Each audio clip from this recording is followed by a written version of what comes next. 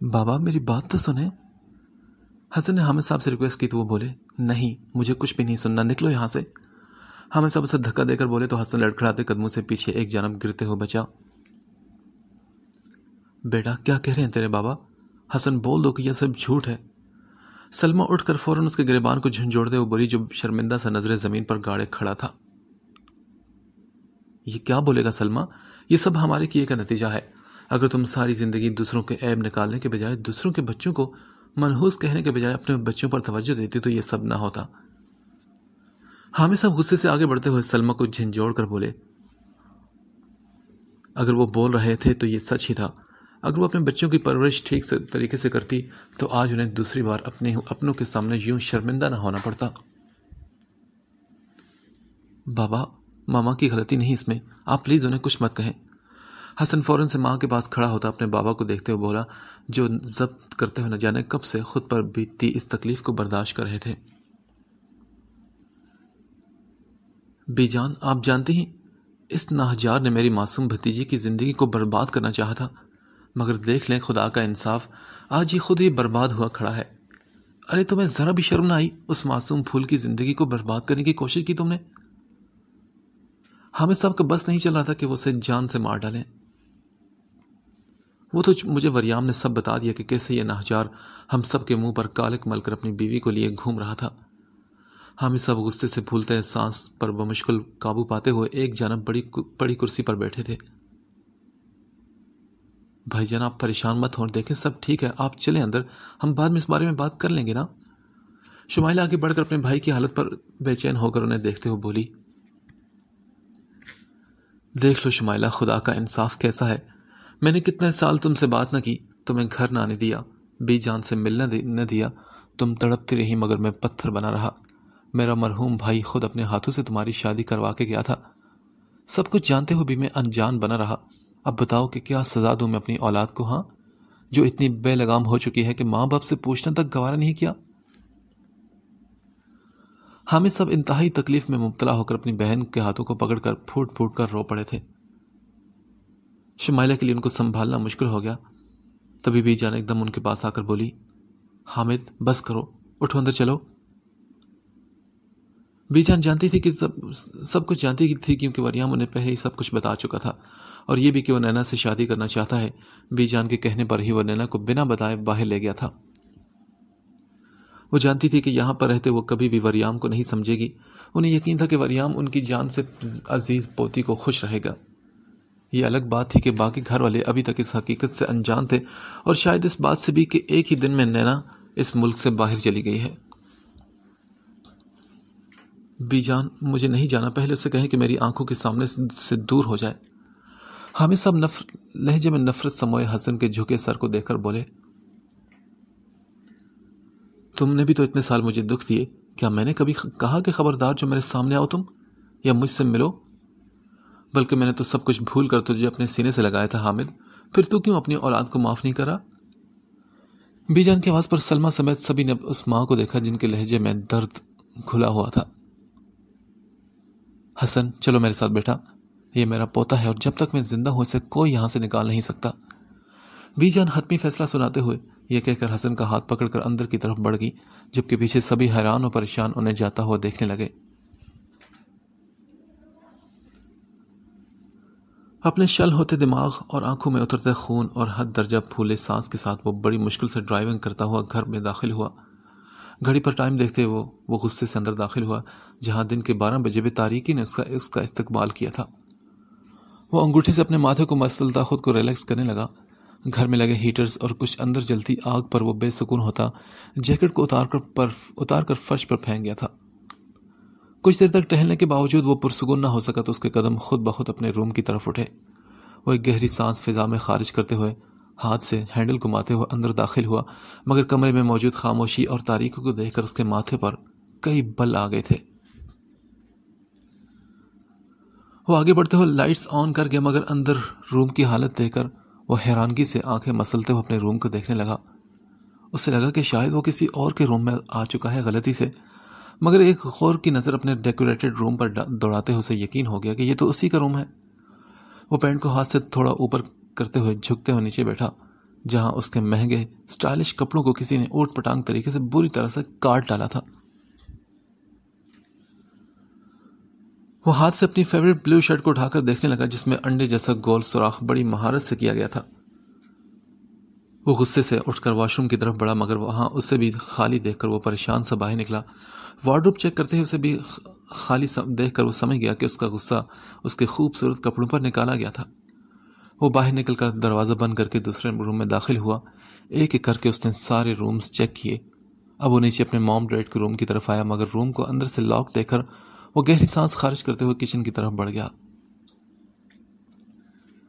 Kitchen سے extra keys لے کر وہ روم کھول کر اندر داخل ہوا، مگر اس کی آنکھیں حیرت سے پھٹی کی پھٹی رہ گئی۔ وہ کسی ٹرانس میں چلتا بیڈ کے سامنے رکا جہاں پر نینا آرام سے پورے بیڈ پر پھیلی اس کے موم کے ہی ایک ڈریس میں گہری نیند میں سوئی ہوئی تھی۔ وہ گہری نظروں سے اسے دیکھتے ہوئے ہلکا سا مسکرایا۔ اس کا غصہ پل بھر میں جھاگ کی طرح بیٹھ چکا تھا۔ وہ اس وقت اس کی موم کے ڈریس میں تھی اور بہت خوبصورت لگ رہی تھی۔ وریام نے فوراً سے شوز اتارے اور دوڑتا ہوا واش روم میں گھسا، کیونکہ شاور کے بغیر تو اسے نیند سے آنے رہی تھی۔ تھوڑی دیر میں وہ اپنے ڈیڈ کی شلوار قمیض پہنے باہر نکلا، جو کہ عموماً وہ گھر میں پہنتے تھے۔ ٹاول سے بال خشک کرتے ہوئے نینا کو دیکھنے لگا۔ شاید وہ یہ سوچ کے روم میں لاک کرتے چھپی تھی کہ وریام اس تک نہیں پہنچ پائے گا، مگر وہ بھول چکی تھی کہ وریام سے تو اب اس کا پوری عمر پیچھا نہیں چھوٹنے والا۔ یہی سوچتے ہوئے مسکرا کر تولیہ ایک طرف پھینکتے ہوئے بیڈ پر چڑھ کر نینا کے اوپر جھکتے ہوئے اسے دیکھنے لگا۔ گھنی خمدار پلکوں کو دیکھتے ہوئے مسکرایا۔ دونوں آنکھوں کو چومتے ہوئے اس کی چھوٹی سی ناک کو دیکھنے لگا۔ وہ مسکراتے وہاں بھی اپنے لب رکھ کر اس کے سرخ رخساروں پر جھکا، ہلکا سا اس کی تھوڑی کو چومتے ہوئے اس کی خوبصورت ہونٹوں کو دیکھنے لگا، جنہیں دیکھ کر اس کے گلاب کی پنکھڑیوں کا سا گمان ہوا تھا۔ وہ اس وقت ہونٹ کھولے سانس لے رہی تھی۔ وریام نے مسکراتے اس کے ہونٹ پر جھک کر اپنی گرفت میں لے لیا تھا اسے۔ اس کی سانسوں کو مدہوش کرتی خوشبو کو خود میں اتارتے ہوئے وہ مسکراتے ہوئے سر اٹھا کر اسے دیکھنے لگا تو نینا، وریام کاظمی، اس کا مطلب یہ ہے کہ آپ کی نیند کا بھرپور فائدہ اٹھایا جا سکتا ہے۔ وہ انگوٹھے سے اس کے نچلے سرخ ہوتے ہونٹ کو سہلاتے ہوئے کہہ کر ایک جانب ہو کر بازو اس کے سر کے نیچے لے جاتے ہوئے اس کی کمر کے گرد مضبوط حصار بنا کر اس کے سر پر ہونٹ رکھتے ہوئے سکون سے وہ بھی آنکھیں بند کر کے سو گیا تھا۔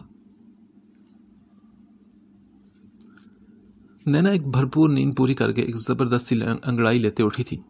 گردن پر ہاتھ رکھتے ہوئے آگے پیچھے کرتے ہوئے خود کو ریلیکس کرنے لگی کہ اچانک سے اس کی نظر سامنے سر کے نیچے ہاتھ رکھ کے لیٹے وریام پر پڑی، جو کہ بڑی پرشوق نظروں سے اسے ہی دیکھ رہا تھا۔ وہ اپنی بڑی بڑی کالی آنکھیں پوری کھول کر اسے دیکھنے لگی، جبکہ وریام بھی کافی دلچسپی سے اس کی ایک ایک حرکت کو نوٹ کر رہا تھا۔ پھر وہ حیران ہوا جب نینا اس کے اوپر جھکنے لگی۔ وہ ہلکا سا جھک کر وریام پر سایہ سا کر گئی، جو کہ اچانک نینا کے قریب آنے پر وہ ہاتھ سر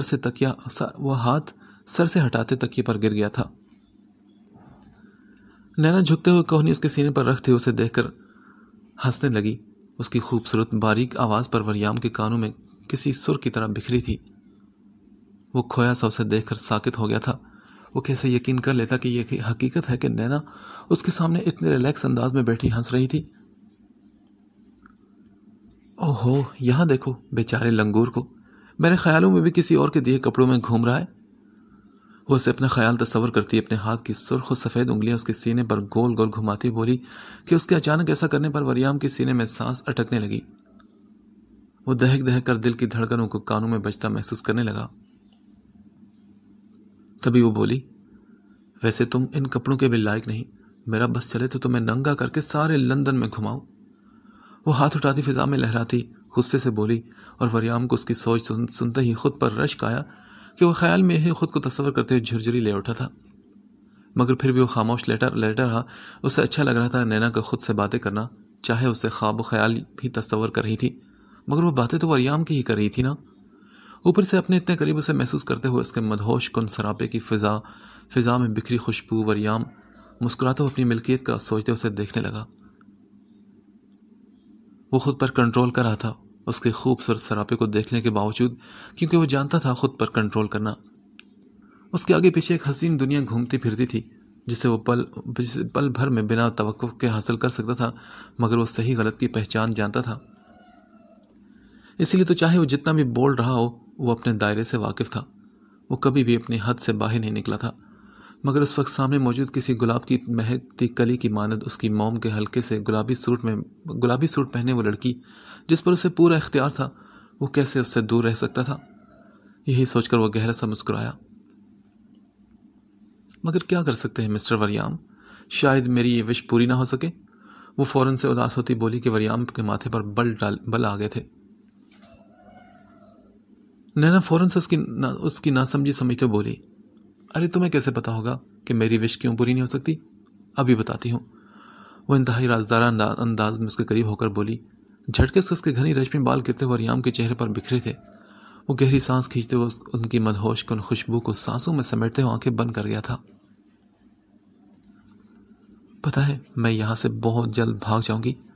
نینا مسکراتے اسے اپنا پلان بتاتے ایک نظر بند دروازے کو دیکھنے لگی کہ کہیں وریام اندر نہ آ جائے، مگر اسے بند دیکھ کر وہ شکر کا سانس لیتی دوبارہ سے اسے دیکھ کر مسکرائی۔ تمہیں کیا ہوا؟ تم کیوں ایسے ریل والے مسٹر لنگور بن گئے ہو؟ وہ نہ سمجھی سے اس کے بدلتے تاثرات کو دیکھ کر پوچھنے لگی کہ ایک دم سے وہ اس کی شرٹ سے پکڑتے اسے خود پر گرا گیا تھا۔ اس اچانک حملے پر وہ ایک ہلکی سی چیخ نینا کے منہ سے نکلتے ہوئے دم توڑ گئی۔ وہ چیخ روکتے وریام کو دیکھتے اپنا کپ کپاتا ہاتھ آگے کرتی اپنی نرم و نازک انگلیاں اس کے چہرے پر گھماتے ہوئے دیکھنے لگی کیا سچ میں یہ اس کا وہم ہے یا پھر وہ خود موجود تھا۔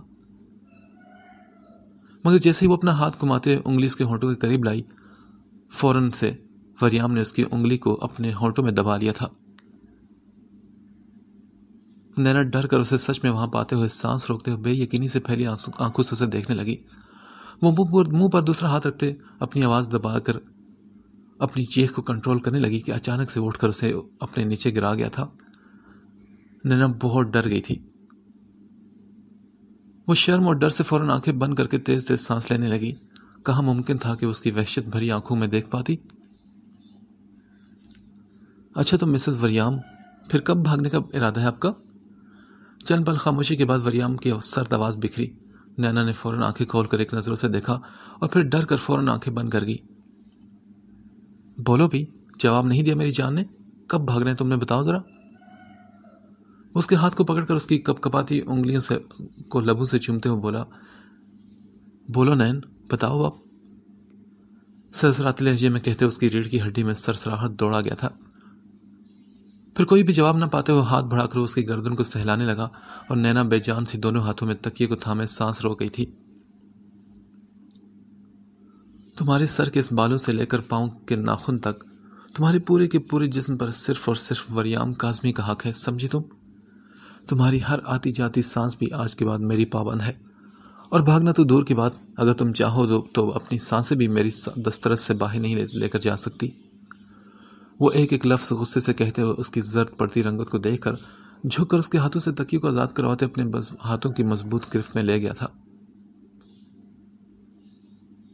وہ شدید مزاحمت کر کے خود کو چھڑوانے کی کوشش کرنے لگی، مگر وریام کی بڑھتی شدتوں پر وہ خود کو اس کے رحم و کرم پر چھوڑ گئی تھی۔ وہ سختی سے اس کی سانسوں کو گرفت میں لیتے ہوئے نہ جانے کیا کیا باور کروا رہا تھا۔ وہ قطرہ قطرہ اس کی مہکتی سانسوں کو خود میں انڈیلتی آہستگی سے سر اٹھا کر اسے دیکھنے لگا، جو کہ خاموشی سے آنسو بہا رہی تھی۔ آج کے بعد مجھ سے دور جانے کی بات بھی اپنی زبان پر مت لانا۔ وہ جھک کر اس کے ہونٹوں کو انگوٹھے سے مسلتے ہوئے اس کے کان میں بولا، اس کے کان کی لو کو دانتوں سے ہلکا سا دباتے ہوئے اٹھ کر ایک سائڈ پر کھڑا ہو کر اسے دیکھنے لگا۔ چلو اب جلدی سے اٹھو، اوپر اپنے روم میں جاؤ اور ڈریسنگ میں سے کوئی بھی ایک ڈریس پہن کر نیچے آؤ، مجھے بھوک لگی ہے، کچھ کھانے کو بنا کے دو۔ وہ فوراً سے موڈ بدلتے ہوئے بالکل پہلے ریلیکس موڈ میں آ کر ایک بھرپور نظر اس پر ڈالتا روم سے باہر نکل گیا۔ رافی وریام کے بارے میں سوچتے ہوئے ماتھے پر بل ڈالے کافی دیر تک آفس ورک کرنے کے بعد گھر آیا۔ فدے کو تو وہ پہلے ہی ڈراپ کر چکا تھا، جو کہ اب بالکل ٹھیک ہو رہی تھی۔ رافی نے ابھی تک اسے کچھ بھی نہ بتایا تھا کہ اس کے ماضی کو جانتا ہے سوائے اس کے نام کے، جو کہ وہ دعا سے پوچھ چکا تھا۔ وہ چاہتا تھا کہ فدے کو خود اس پر اعتماد کرے، بنا کسی ڈر اور خوف کے اسے سب کچھ بتائے۔ اسی کے کہنے پر دعا نے بھی فدق سے چھپایا تھا کہ وہ رافی کو سب کچھ بتا چکی ہے۔ ڈیڈ، فدق کہاں ہے؟ وہ روم چیک کرتے نیچے لاؤنج میں آئے جہاں اس کے ڈیڈ بیٹھے نیوز دیکھ رہے تھے۔ بیٹا دیکھو کچن میں ہی ہوگی، آج کل میری بیٹی نے ساری ذمہ داری گھر کی سنبھالی ہے۔ اگر سب مسکراتے ہوئے کافی پیتے ہوئے بولے، ڈیڈ میں دیکھ چکا ہوں مگر وہاں پر نہیں ہے وہ۔ رافی اپنے ڈیڈ کو کہتے ہوئے پریشان سا ہو کر اندر کی طرف بڑھا۔ دل ایک انجانے خدشے سے دہل رہا تھا، مگر وہ ریلیکس ہونا چاہتا تھا کیونکہ وہ خود اسے گھر چھوڑ کر گیا تھا۔ ڈیڈ، وہ کہیں نہیں ہے نا؟ کہاں گئی وہ؟ کیا آپ نے اسے دیکھا تھا شام میں؟ وہ سیڑھیوں سے دوڑتے ہوئے اتر کر نیچے اپنے ڈیڈ کے پاس آ کر بولا، جو خود بھی کافی پریشان لگ رہے تھے۔ نہیں بیٹا، مگر دن کو تو وہ یہی تھی جب تم اسے چھوڑ کر گئے تھے۔ اس کے بعد کتنی دیر بیٹھ کر وہ مجھ سے باتیں کرتی رہی، پھر اس کے فون پر ایک کال آئی تو وہ کال ریسیو کرنے چلی گئی تھی۔ وہ دن کی ساری باتیں اسے بتاتے خود بھی پریشان ہو کر موبائل نکال کر کال کرنے لگے۔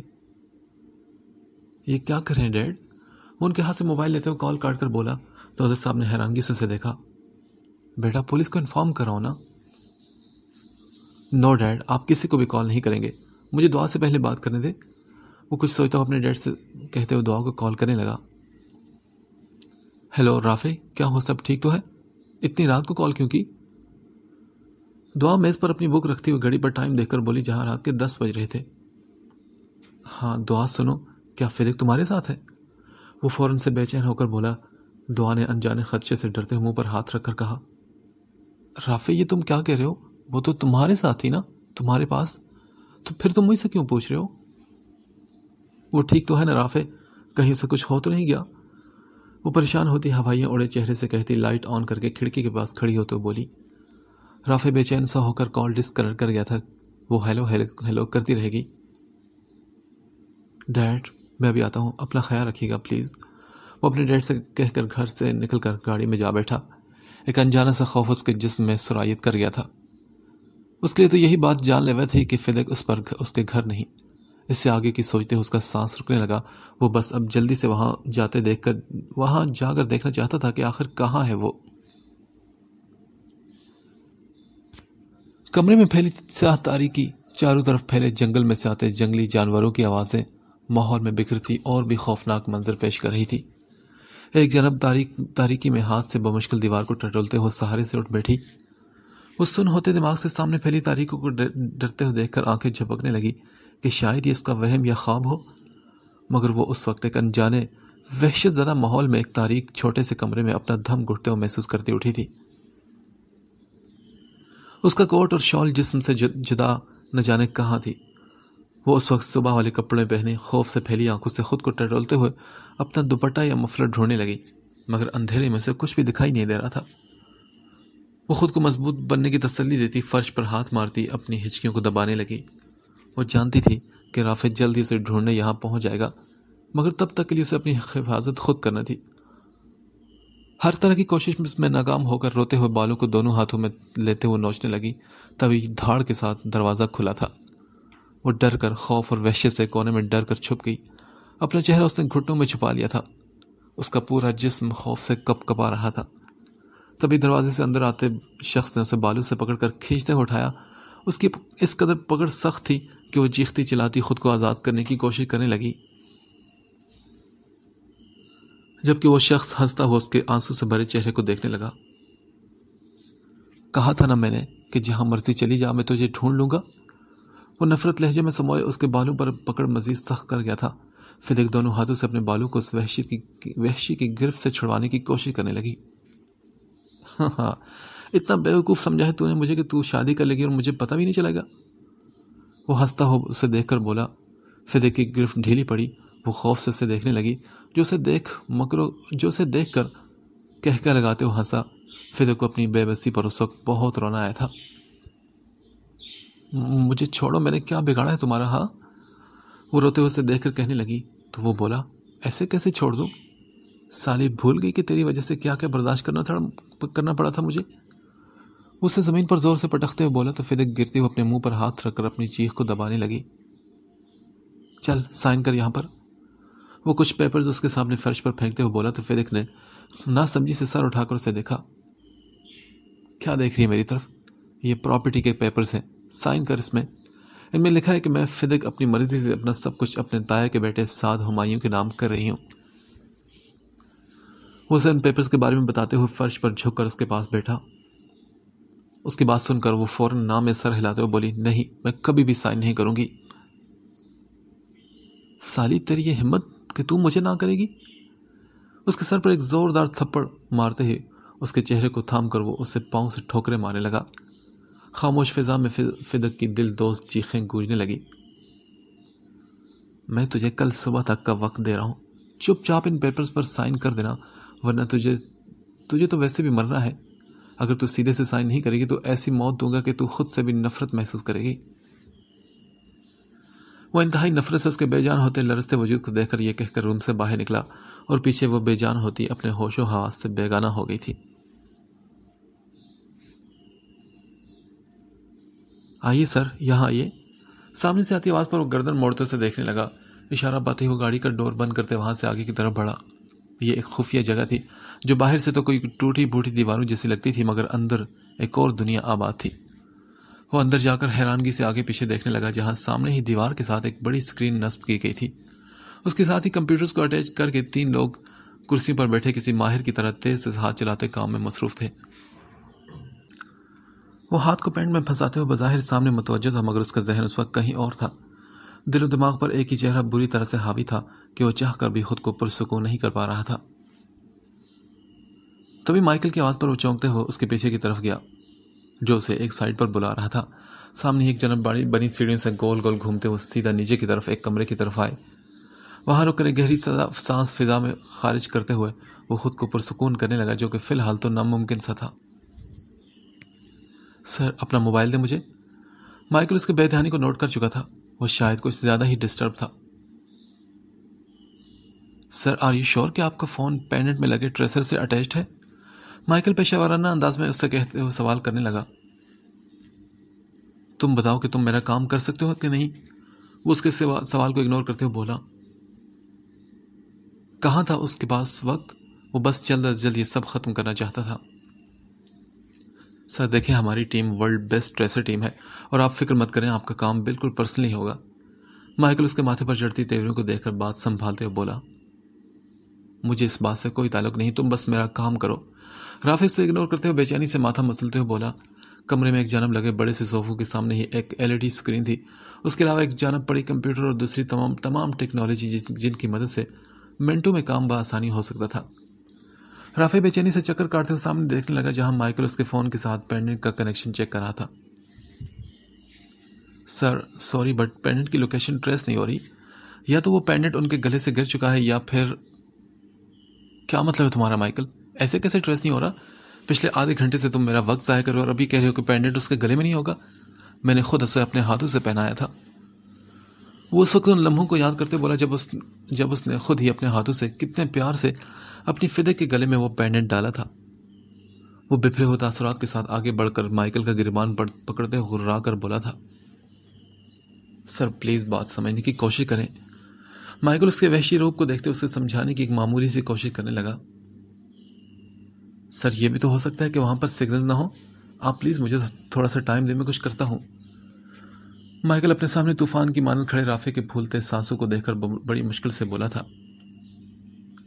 یاد رکھنا مائیکل، اگر میری فدق پر ایک خروش بھی آئی تو آئی سویر کہ میں سعد ہمایوں تجھے اپنے انہی ہاتھوں سے ایسی موت دوں گا کہ تجھے اپنے پیدا ہونے پر افسوس ہوگا۔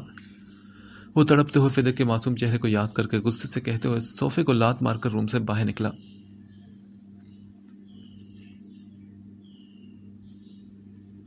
وہ کندھے پر سے شرٹ کو ٹھیک کرتے ہوئے بڑی مشکل سے سیڑھیوں کو کور کرتے روم کے سامنے آئی۔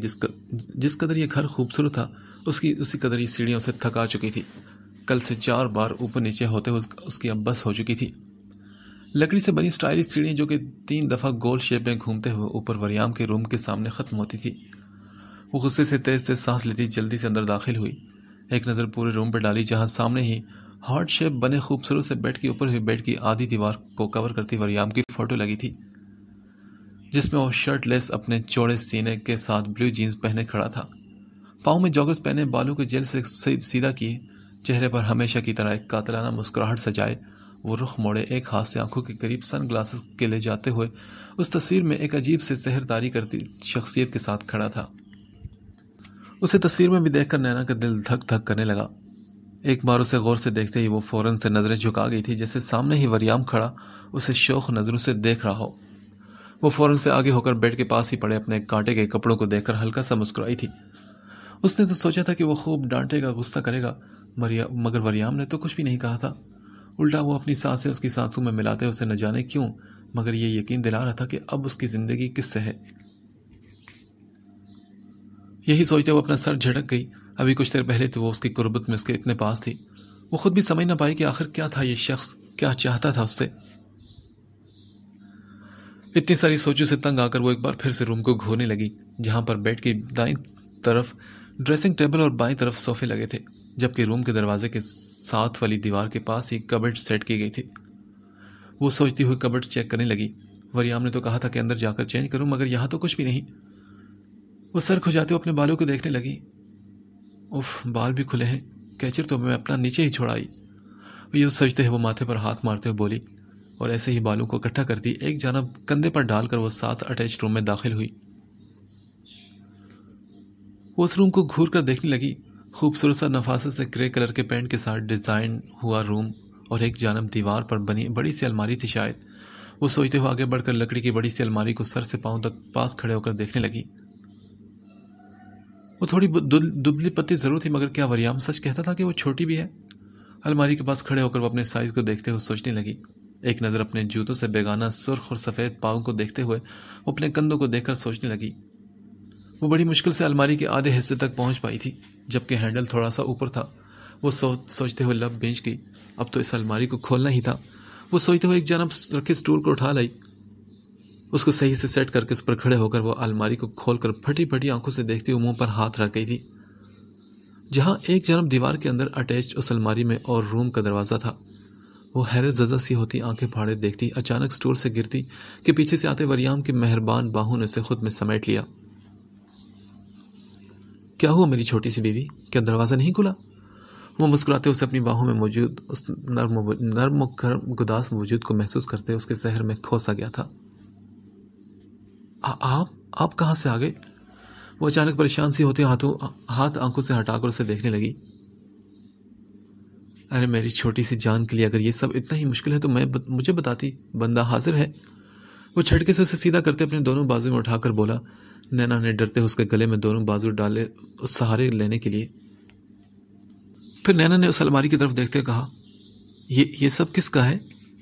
وہ حیرت زدہ سی ہو کر اس کے ساتھ چپکی ہوئی سامنے ایک جانب لگے مختلف ڈیزائن سمپل کپڑوں اور ایک سائڈ پر پڑے سافٹ اور ہیل والے جوتوں کو دیکھ کر پوچھنے لگی۔ اس کے ننھے سے دماغ کی سوچ پر وہ مسکرا کر بولا، یہ سب میری چھوٹی سی بیوی کے لیے ہے۔ یہ ڈیزائننگ کپڑے آؤٹنگ کے لیے، جب ہم باہر گھومنے جایا کریں گے تب پہننا۔ یہ سمپل ڈریس گھر میں پہننے کے لیے، اور یہ جوتے بھی تمہارے لیے، اور یہ رہا باقی کا تمہارا ضروری سامان۔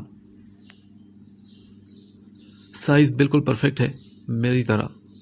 وہ اس کا رخ سامنے موجود ہینگ کیے کپڑوں کی طرف کرتے اس کے کندھے پر سے بالوں کو سائڈ پر کرتا ہوا اس کے کندھے پر اپنی ٹھوڑی ٹکاتا ہوا بولا، مگر یہ سب میرے لیے کیوں؟ اسے سمجھ میں نہیں آ رہا تھا کہ آخر وہ ایسا کیوں کر رہا ہے۔ کیا سچ میں وہ صرف اپنی ضد کو پورا کرتے یہ سب کر رہا ہے؟ اسے کیا ضرورت آن پڑی تھی کہ وہ نینا کے لیے اتنا سب کچھ خریدے؟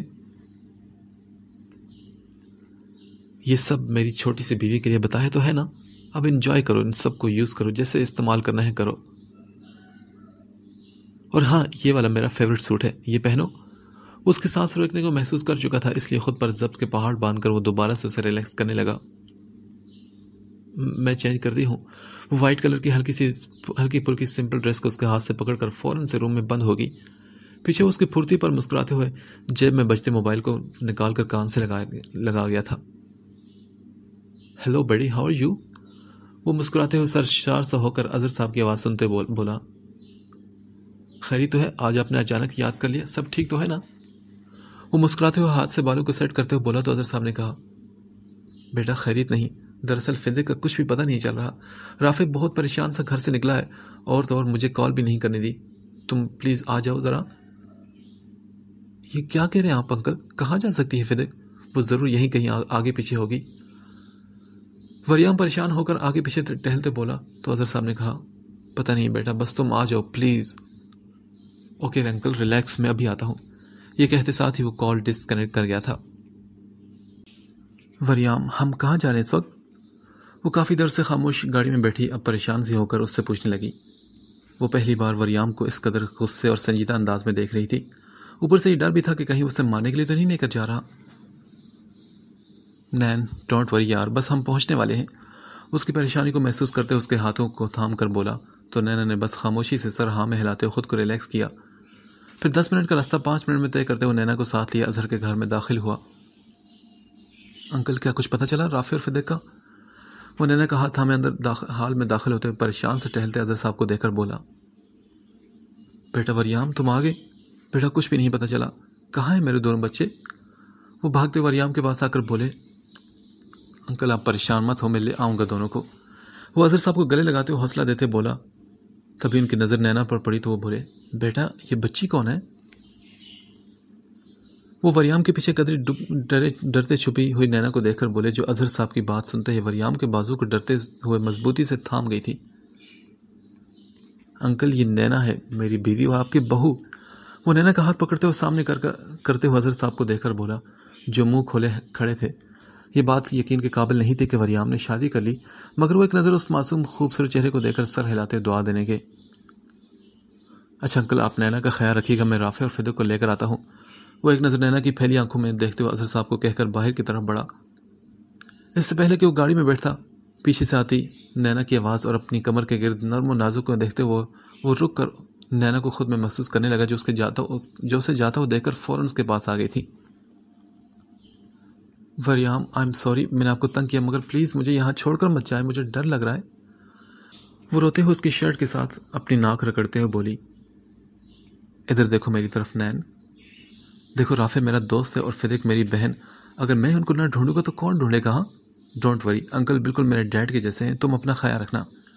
وہ اس کے ماتھے کو پیار سے چومتے ہوئے بولا تو نینا نے کہا نو وریام پلیز مجھے بھی ساتھ لے چلے.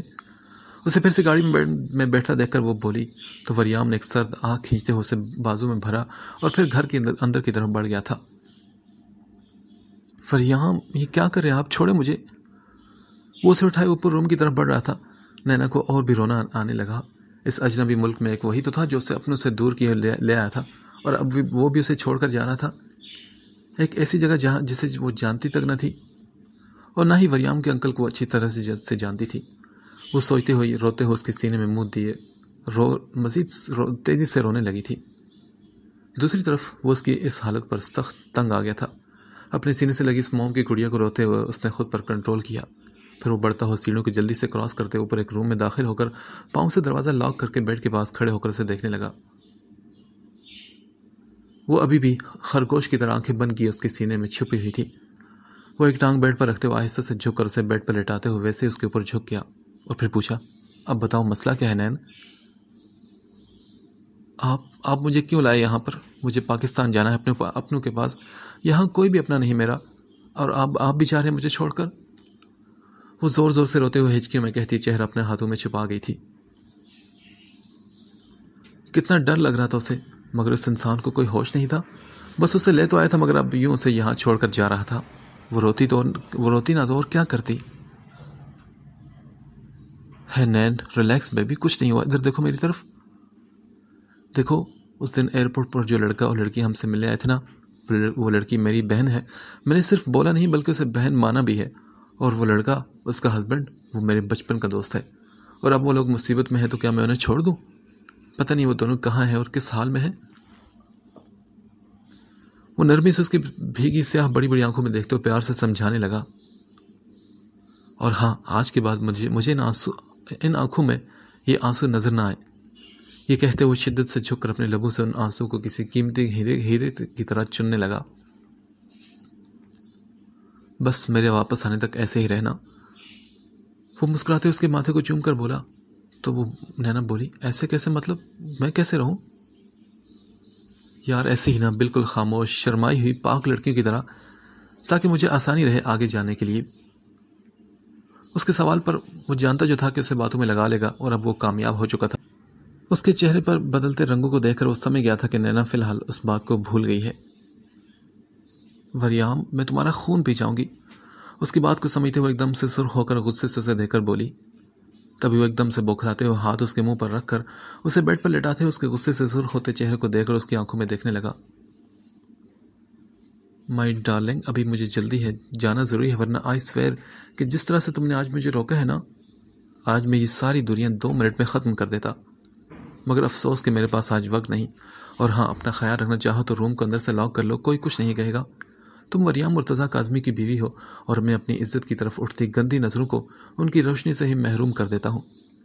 کوئی تمہیں چھونا تو دور، آنکھ اٹھا کر میری مرضی کے بغیر دیکھ بھی نہیں سکتا۔